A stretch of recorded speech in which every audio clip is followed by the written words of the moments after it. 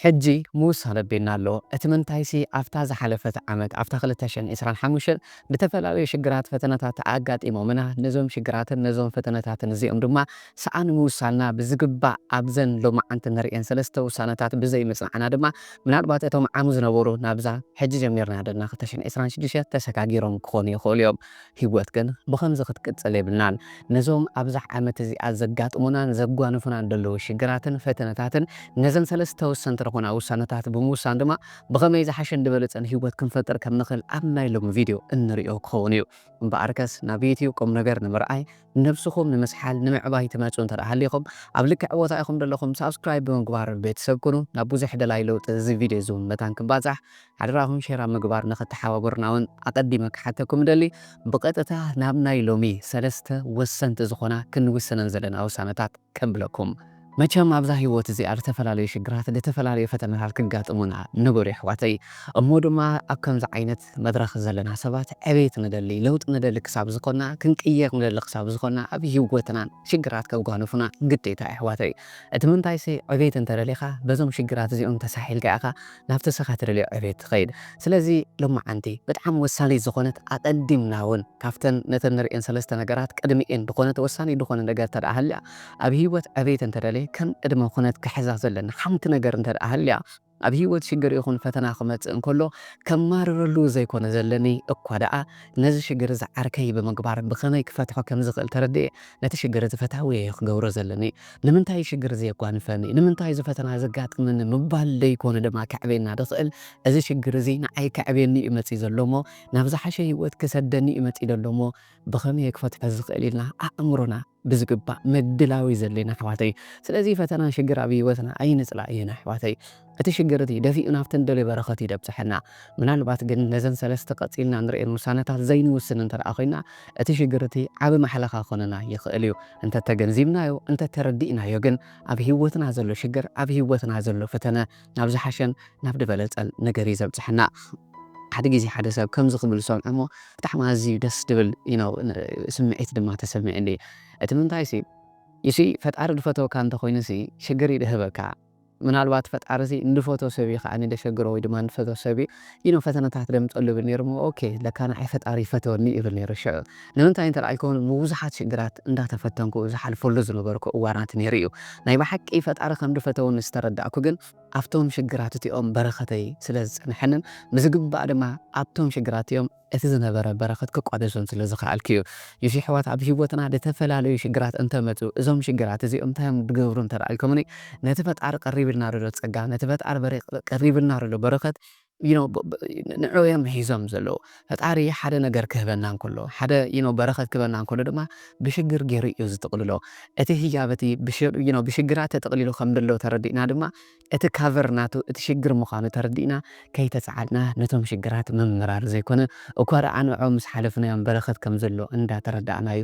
ክንሰግሮም ዘለና እዚ ንምትግባር ዘኽእለና ግን እንታይ እንተልዓልኩምኒ ነዘን ቀፂልና እንሪአን ወሰንቲ ዝኾና ሰለስተ ውሳነታት ክንወስን እንተረኣ ክኢልና እዩ በሉ ንሽግርና መጀመርያ ከም ዓርክና ብምርኣይ በረኸትና ዝሓዘ ብጣዕሚ ኣዝዩ ፍሉይ ዝኾነ ነገር ከም ብምርኣይ ተቐዳሚት ነዚኣ ወሲድና ናፍተን ቀፂለን እንሪአን ሰለስተ ውሳነታት ድማ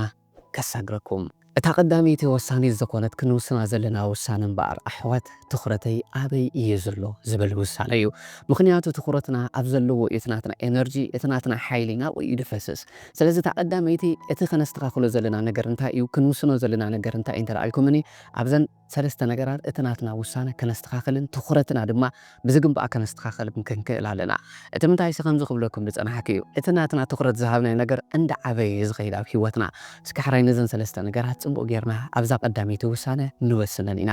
ትኹረትና ኣበይ ዘሎ እታ ቀዳመይቲ ናይ መብዛሕትና ትኹረት ድኾን ከነስተኻኽሎ ዘለና ሕጂ ድማ ክንውስኖ ዘለና ነገር እንተደኣ ሃልዩ ድማ ኣሕዋተይ ሓደራኹም ትኹረትና ኣብ ሕሉፍና ኣይንግበሪና ትኹረተይ ካብ ሕሉፈይ ኣልዒለ ኣብ ሎሚ ክገብሩ እየ ዝብል ውሳነ እንተወሲና ኢና ድማ ናብ ዝሓሸ ነገር ክንከይድ ንኽእል ምናልባት ግን እቲ ናትና ትኹረት ኣብ ሕሉፍና እንተደኣ ሃልዩ ኣብ ሕጂ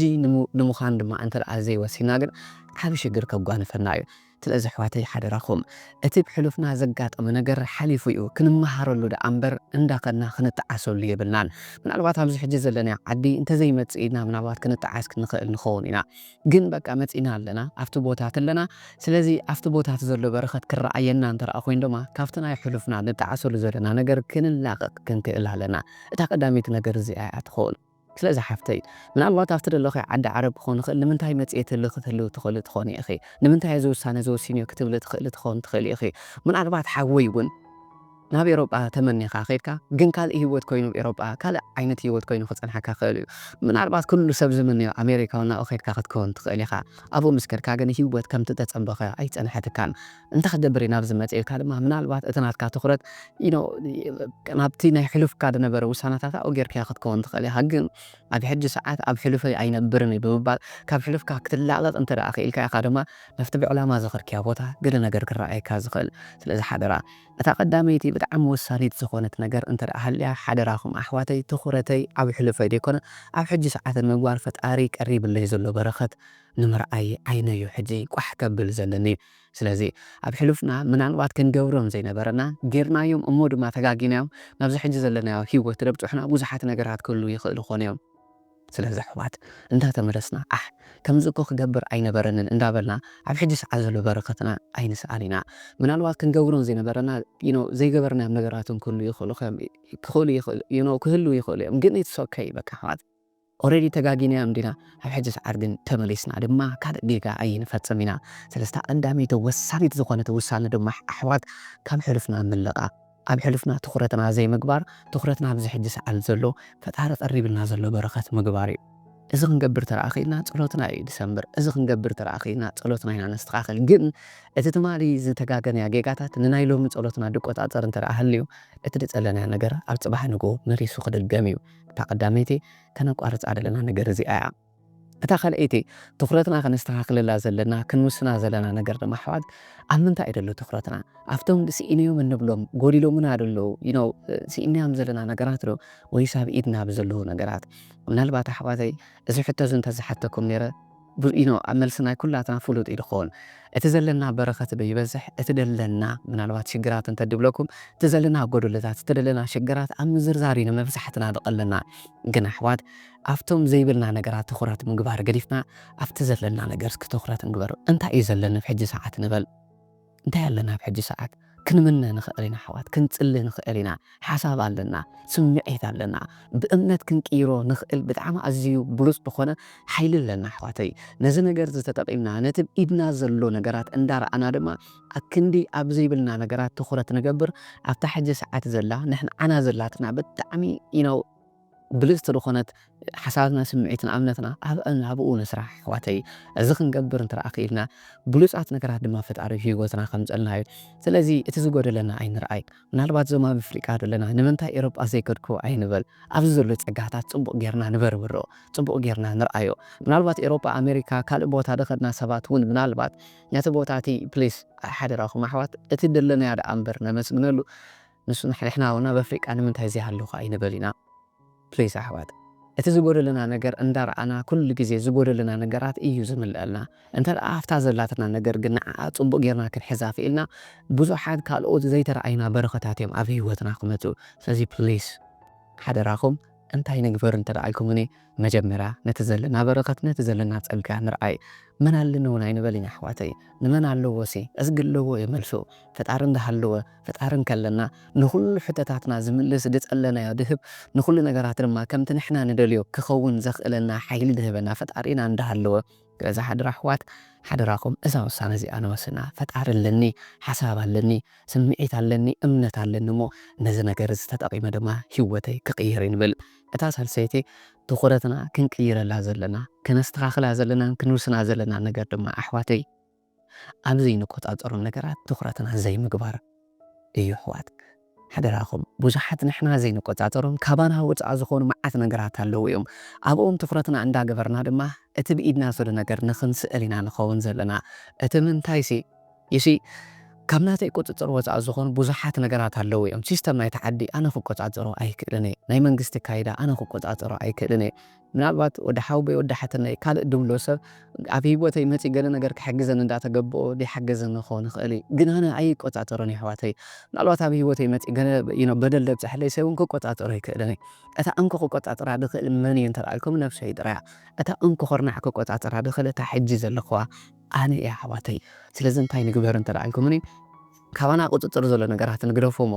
ኣብቲ ናትና ቁፅፅር ዘሎ ነገራት ግን ነስተኻኽሎ ሰብ ክብድለና ክእል እዩ ብጥሬታ ነፍስና ንምንፃህን ካብዚ ሰብ እዚ ድማ ንምፍልላይን ግን ክንውስን ንኽእል ኢና ምናልባት ኣብቲ ዘለና ዓዲ እቲ ዘለና ሲስተም ኣዝዩ ከቢድ ፅንኩር ክኸውን ይኽእል እዩ ግን እቲ ክንቆፃፀሮ ንኽእል ናይ ውሽጥና ሲስተም ሓሳብና ስምዒትና እምነትና ከነስተኻኽሎ ንኽእል ሲስተም ግን ኣብኡ ግን ትኩረት ክንገብር ንኽእል ኣለና ኣነ እንታይ ክገብር ዝኽእል ንበል ወላ እኳ ካልእ ነገራት ከም ዘለዎ እንተኾነ ሓደራኹም ኣሕዋት ናብ ካልእ ነገራት ምስ ሰባብ ገዲፍና ናብ ነፍስና ተመሊስና ኣነ እንታይ ክገብር ይኽእል ኢለ ክሓስብ እንተለኣኺለ ብዙሕ ነገር ክገብር ይኽእል ኣሕዋተይ ስለዚ ሓደራኹም እቶም ኣብ ኢድና ዘለዉ ነገራት ኣብኦም ትኩረት ንግበር ከመይ መሲልኩም ሕሰብዎም ኣብ ሓንቲ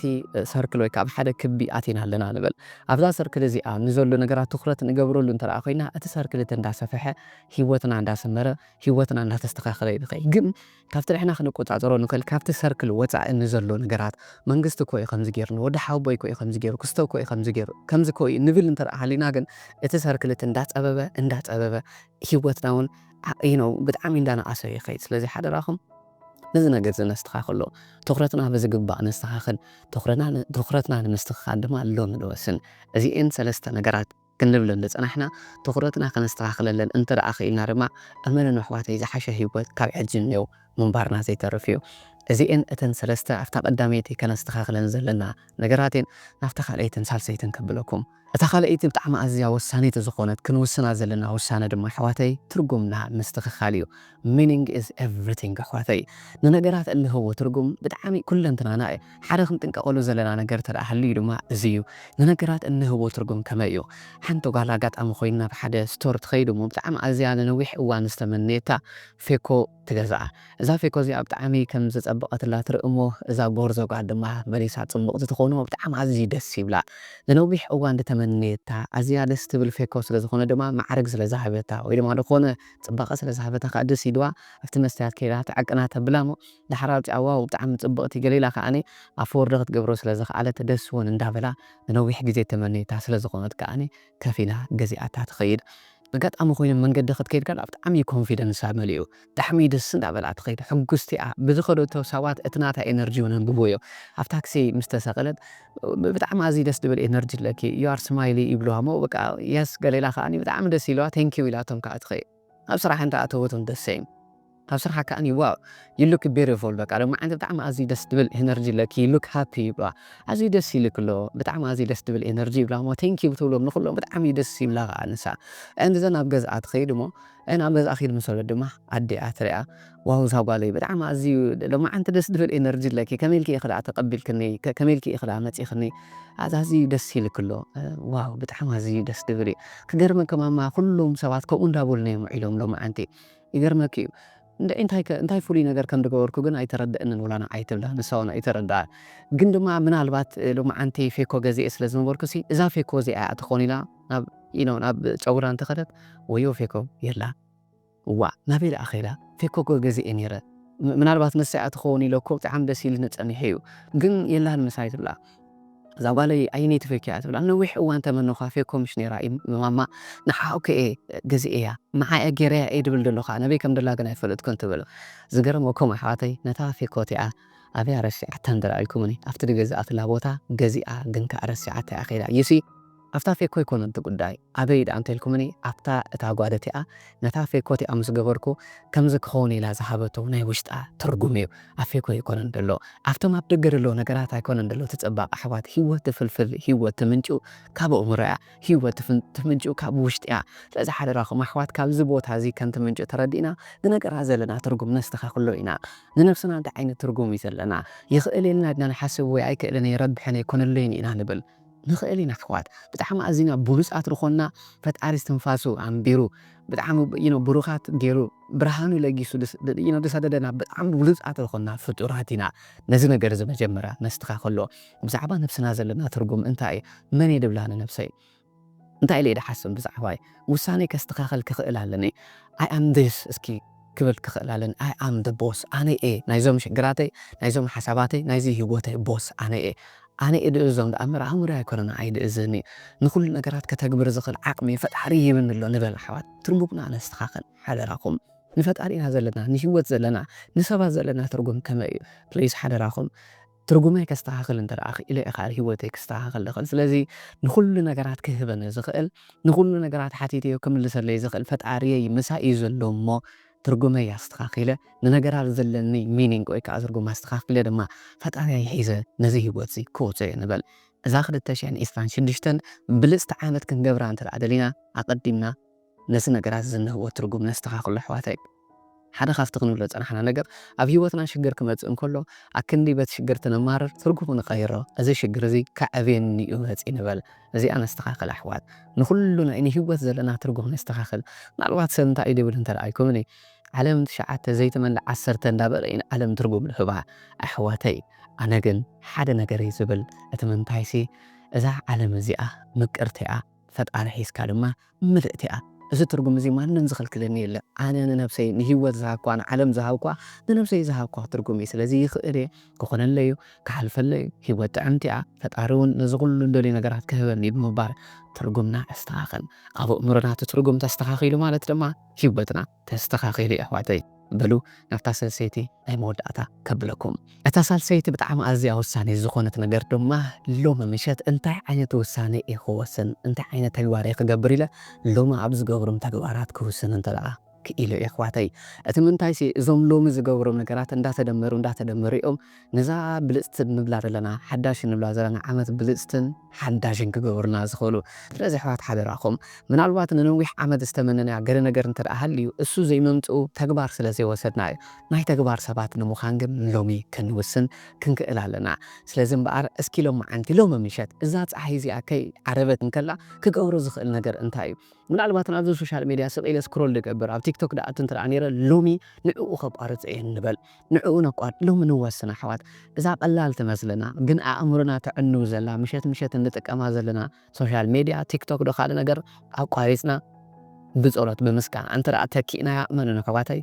ሓደ ዓይነት ህይወት ኣይክህልውና ለይ ናይ ሰማይን መሬትን ፍልልይ ይድህልዎ ምናልባት ነዊሕ ግዜ ዘይጠቅም ዕላባት ኣብ ዘይጠቅም ቦታታት ኣሕልፎ እንተደኣ ነይረ ሎሚ ግን ኣብ ዝጠቅም ቦታታት ንዓይ ኣብ ዝረድአኒ ቦታታት ምናልባት ቅድሚ ሕጂ ኣዕሩኽተይ ንብላዕ ኣንስተ ንፃወት ነብል ዝዓለም ዝትርጉም የብሉ ንዓጥራይ ከምዚ ኢሎም ናብ ካልእ ቦታ ድወስዱኒ ተስፋ ደቁርፁኒ ትርጉም የብሉን ዝብል ህይወት ደልዎ ዓይነት ህይወት ንኽነብር ድገብሩኒ ከምዚ ዓይነት ነገራት እንተደኣ ነይሩ እግረይ ሎሚ ምሕፃር ኣሕዋተይ ንምንታይ ብገዛ እግረይ ናብ ዘይደልዮ ቦታ ንኸይድ ንምንታይ ናብ ዘይጠቕምኒ ቦታታት ባዕለይ ዝኸይድ ስለዚ ምውሳኔ ካብ ሎሚ ጀሚረ ከተግብሮም ዘለኒ ተግባራት ምስትኽኻል ኣሕዋት ምናልባት እውን ንኩሉ ሰብ ንምሕጓስ ኢለ ናተይ ሓጎስ እንዳቐተልኩ ናብ ካልእ ሰብ ይኸይድ እንተደኣ ነይረ ኣብ ሎሚ ኮይነ ግን መጀመርያ ኣነ ሰላም ክኸውን ኣነ ክሕጎስ ክኽእል ኣለኒ ንበል ሓደ ውሳነ ንወስን ኣሕዋት ኣብ ሓደ ተግባር ንፅናዕ ኣሕዋት ንሱ ድማ እንታይ እንተደኣልኩምኒ ንኩሉ ሰብ ከነሐጉስ በቃ ከምዘይ ንኽእል ርግፀኛታት ንኹን እዚኣ ተረዲእና ድማ ኣሕዋት ፕሊዝ ሓደራኹም ብዙሓት ውሳነታት እንዳወሰና ንኸይድ ክንገብሮም ንኽእል ብዙሓት ነገራት ኣለዉ እዮም ስለዚ ሎሚ ምሸት እዛ ፀሓይ ከይዓረበት ገለ ንኣሽቱ ውሳነታት ድመስሉ ሎሚ እንተጌርና እመኑን ኣሕዋተይ እዛ ዓመት እዚኣ ዓመትና እያ ክትከውን ስለዚ ምናልባት ንእሽተይ መፅሓፍ ምንባብ ክኸውን ንኽእል ብጠቅም ፖድካስት ምርኣይ ክኸውን ንኽእል ኣብ ከምዚ ዓይነት ቪድዮታት ኣብ ከምዚ ዓይነት ንህቦ ሓሙስ ስልጠና ኣሎ ስልጠናዊ ምስታት ክኸውን ንኽእል ኣእምሮና ንምምንጋብ ሎሚ ንወስን እዞም ተግባራት እዚኦም ሎሚ ድወሰንናዮም ሎሚ ምሸት ድወሰንናዮም ድማ ፅባሕ ንጎበይ ከም ደብፅሑና ክትርእይዎም ኢኹም ኣሕዋተይ ስለዚ ፕሊስ ውሳነታትና ፅቡቕ ጌርና እንተደኣ ከነስተኻኽል ክኢልና ብፍላይ ድማ ነዘን ሰለስተ ሕጂ ክንሪአን ዝፀናሕና ውሳነታት ከነስተኻኽል እንተደኣ ክኢልና ድማ ኣሕዋተይ ንነዊሕ ዓመታት ዝተመነናዮ ትምኒት ንነዊሕ ዓመታት ዝተለምናዮ ትልሚ ንነዊሕ ዓመታት ዝሓለምናዮ ሕልሚ ከነስምሮ ምዃንና ርግፀኛ ክኾነልኩም ደሊ ፕሊስ ኣሕዋት ነዘን ውሳነታት እዚአን ኣነ ከስተኻኽል እንድጀመርኩ هيوتي بتعمي تغيروا كابين بين ترى لكم الخاني كاب مريت كساب سماي كلكم خالي إيش بيرفول حوات نزل نجرات زي نستخدمنا مخنيات أنا كم زينة وركون أنا زي كنا نيرو هيوتي قد نزل سلست نجرات ندستها خلقو بزقب عفت أنا دكتور أطور نجرات راي حسابي أبسمي إتابة أمنتي تخلط جبر متجمركو كحلو في كل لاقة متجمركو أنت جنا دم لومي كجورو زل النجار أنت جبركم مسكركو أحواتي مساخم يتراخيبه نزي حجي مساخم كوين دستما قالوا زلوا هيوتي كستما أرك خيله إذا دم نسوكم تستاهلكم هيوتكم دكم تستاهل رجز أنياء هفتقبرو إذا ما هتعرف حقكم كلكم رالي جازي حد راكم حوات نزل سلسلة وسنتات بزقب بمستخال زحشة هيوز بحواركم إن نفتركم لكم رالي حد راكم جن إذا فيديو زين أبو زحات سبات مكان كبات أحيت أمين أنت رأي لكم نخلو سباتون حد راكم شير جبر لهم يخم حوات أنت قلنا لما سبسكرايب بالمبار بيتسمو خان أيترسو إيخم عبزقت الفيديوهات بزحشم بلبلز أنا حساب كسام نراتب دما فتعرف مساخم وكن عبزر لكم سناي سلام عليكم